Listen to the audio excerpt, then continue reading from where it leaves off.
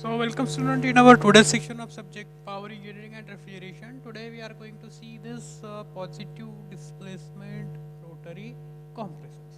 So this positive displacement rotary compressor are having three types: root blowers, then vent type compressor, and third one is the screw blower or compressor.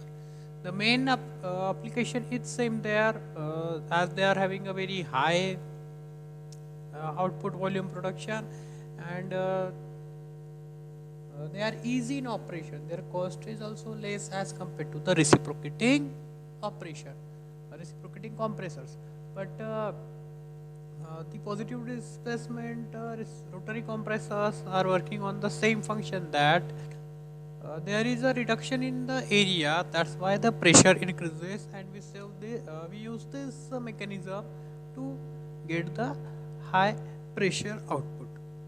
So here we are going to start our today's first rotary compressor, which is root blower. Before showing this, we are just trying to see this video of this root blowers. Wait. Just wait.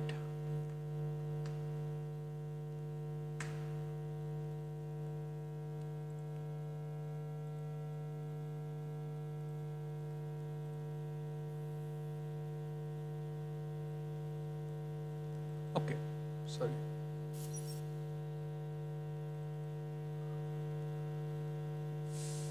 So here we are going to see this root blowers.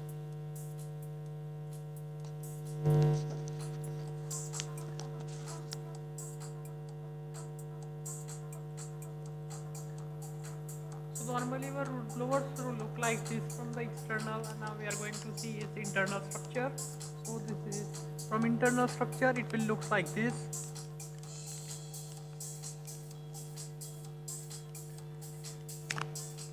So there are two rotors. One is the driver and another one is the driven one.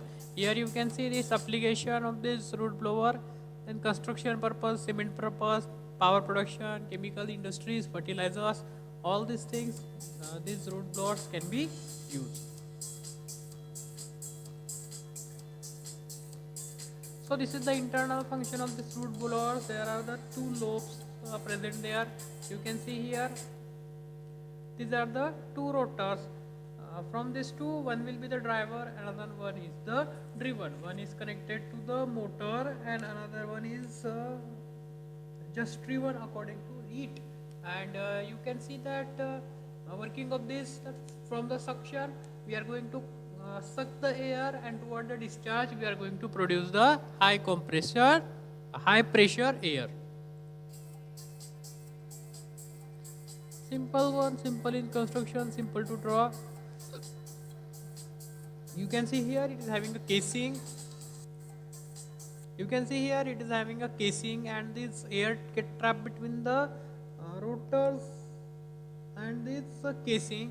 And due to this as it moves further, its area decreases, and because of decrease in the area, its pressure increases, and then this high pressure air is moved to the receiver.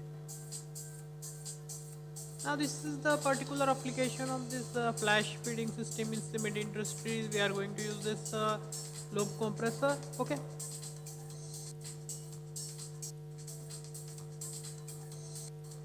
Here you can see this is the lobe compressor, which is continuously sending the air which is at high pressure, and this high pressure air is then mixed with the cement there, and this cement is then transferred to this cylinder here.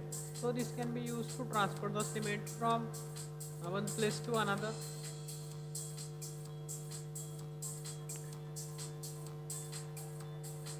Okay.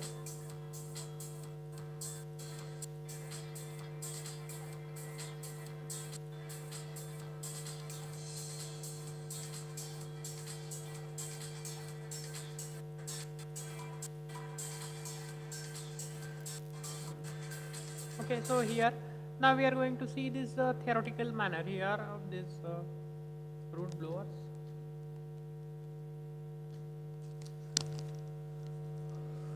So this root blower consists of the two lobes. For higher pressure ratio, 3 or 4 lobes can be used. The machine consists of a fixed casing, two shafts fitted with two lobes rotor. One of the rotor is driven by the electric motor and or other prime movers, and other is driven through this gear from the first. Here you can see when this air get stuck. Here just focus on my cursors. Here when this air gets stuck inside, then as this lobe moves, there is reduction in area between the lobe or rotor and the casing here, which causes to increase the pressure, and this high pressure air is then supplied to the receiver there. Okay.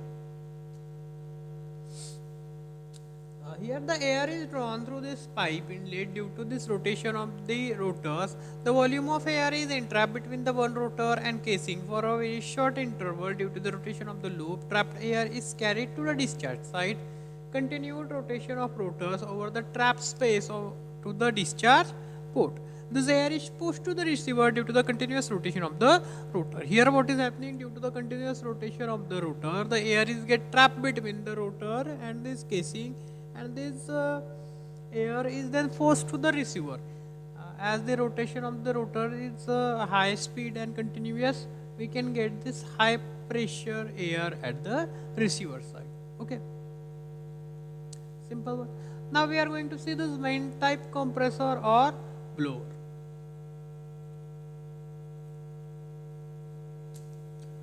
So how this vent type compressor? Again we are going to see this video here.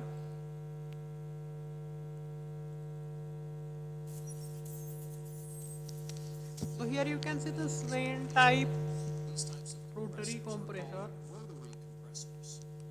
Here you can see this is the complete assembly of this vent type rotary compressor, where this casing and the vanes are present.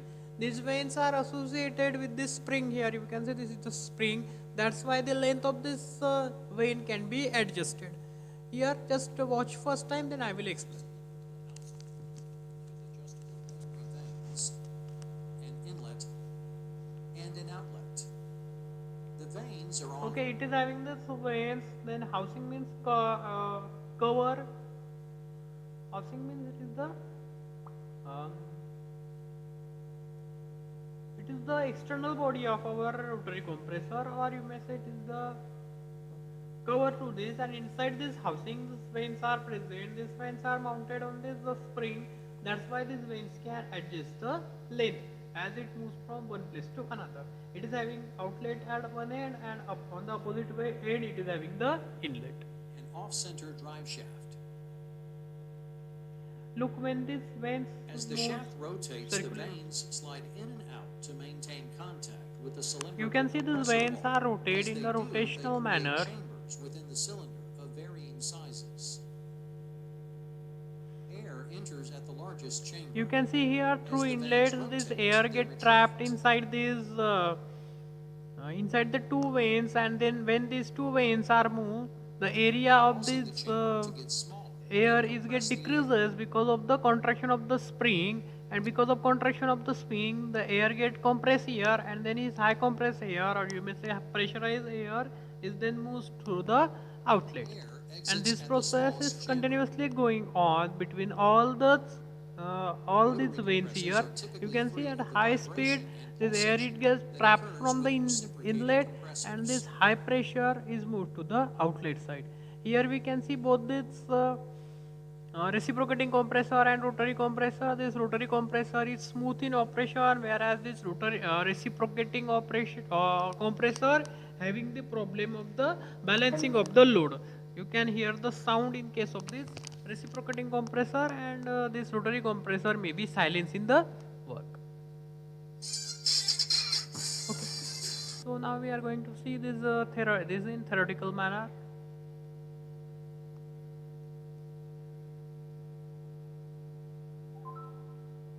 Okay, so here we are. This is vent type compressor or blower. This type of compressor is as shown in the figure. Here you can see this is the type of vent compressor. You can see it is having inlet and outlet, and having the vanes which are mounted on the rotor. Okay. The compressor is consist of a rotor drum mounted eccentrically in the cylindrical casing. Eccentrically means it is mounted in the opposite way. You know what is the opposite? Opposite way is you study this in the TOM subject. The rotor is provided with the vanes in the slot. These vanes are blades are made from the non-metallic material, usually fiber or carbon. The vanes can slide in and out in the slot. You can say in the slot we are providing the spring to get the back and fro operation. The volume between the two vanes keeps on changing due to the eccentric motion of the rotor. The rotation of the rotor causes space to be created between the vanes, the rotor and the casing. The space is connected to the suction pipe so that air enters into the created space and it get filled. And when this rotor moves, here you can see as a volume V1 of air trapped between the vanes and the casing. With the rotation of the rotor, air get compressed due to the reduction of the space toward the delivery side. As this vanes moves toward the delivery side, its area is get reduced. The fluid volume reduces to V2 when it communicates with the delivery side, since the receiver pressure is higher than the compressed air between the vanes. The backflow of air from the receiver will takes place. Due to the rotation of the vane, air is delivered to the receiver. In this type of compressor, the total pressure rises partially due to the internal compression between the vanes and the partial due to the backflow of air from the receiver. Okay. Now we are going to see this screw compressor here. This rotary screw compressor, it is a type of gas compressor or air compressor. Now you come to know that with the airflow, if the area is get reduces, the pressure is get enhanced or increase. We are going to use the same function here in the screw compressor also. But here you will have the two screw which are going to rotate and the air is get trapped between these two, and as the air moves forward due to the rotation of the screw, the area of air goes on decreasing. That's why the pressure of the air increases. Here you can see a rotary screw compressor uses a rotary type positive displacement mechanism. They are commonly used to replace the piston compressor where the large volume of high pressure air are needed. So these screw compressors are used to replace this reciprocating compressor where a high volume of air is required, either for large industrial applications such as chillers or to operate high power air tools such as jackhammers and impact wrenches. We are going to use this screw compressor over the reciprocating compressor. This type of mechanism being unsuitable for a small air compressor. So if your compressor is not handling a high volume of air, then better to go with the reciprocating compressor. And if it is using a very high volume of air, then it is advisable to use the rotary compressor.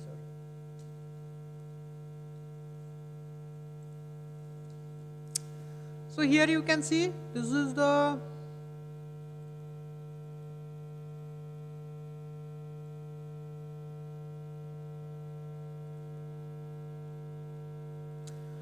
this is the diagram for the working of the screw compressor. It is having the two screws or two rotors. One is connected to the prime mover and another is coupled with him using the by using this gear mechanism. So one is rotated with the help of prime mover. So it is having from the one side it is having suction inlet and another side it is having the discharge in outlet. Okay. So here in case of this a compressor interhole spacing is being filled. Here the spacing between the two screw is not filled. Then for diagram B, it is the beginning of the compression. For this B, the space between the two rotors is get filled by the with the help from the sucked air from the suction side. Then you can see full compression of trapped vapor. Now in case of this diagram C, they are showing us that as this air moves in the forward direction, its area is get reduced and the compression of this air takes place. Then for the in the diagram D, beginning of discharge of compressed air. Now this discharge air is begin to the discharge here in this diagram D, and in this diagram E, compressed vapor fully discharged from interlobe spaces.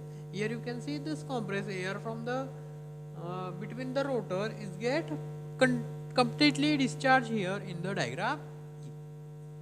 Okay, so now we are going to read this working. This rotary screw compressor has two very closely meshing helical screw known as rotor. You may call it as a screw or rotors to compress the gas. The meshing rotor forces the gas through the compressor and the gas exists at the end of this screw.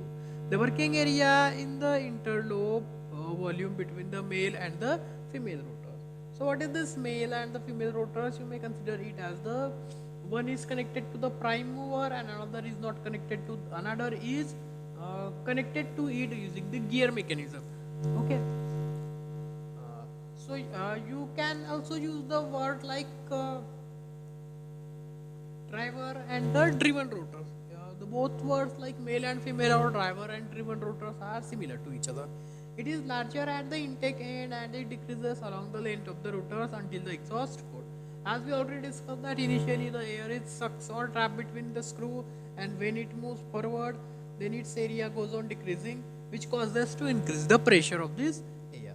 The intake charge is drawn at the end of the rotor in the large clearance between the male and the female lobes. This male and female lobes can be written as driver and driven rotors. No need to worry. The reduction in volume causes compression of this charge before being presented to the output manifold. Here output manifold, it is manifold means it is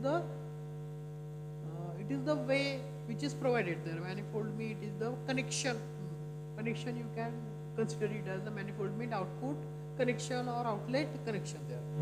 The effectiveness of this mechanism is depend on the precisely fitting clearance between the helical rotors and between the rotors and the chambers of sealing of the compression cavity. So the effectiveness of this mechanism is depend on the clearance between the two rotors and the clearance between the rotors and the casing there. Okay, so now this is the last part of this today's section. So we are going to see the difference between this rotary compressor and reciprocating air compressor. On the basis of first maximum delivery pressure, here we can say that when you need to handle the very high volume, we are going to use this rotary compressor. So okay, here the maximum free air discharge rate is as high as 3000 meter cube per minute. Here same, the maximum free air discharge rate is about 300 meter cube per minute, means higher discharge is available with the help of the rotary compressor. But it is in reverse in case of the pressure. Maximum pressure created in case of the rotary air compressor is 10 bar, and maximum air pressure at outlet is delivered by reciprocating compressor is 1000 bars. Means if you want to high pressure, then go with the reciprocating pump, and if you want to have high volume, at that time go with this rotary air compressor. Okay.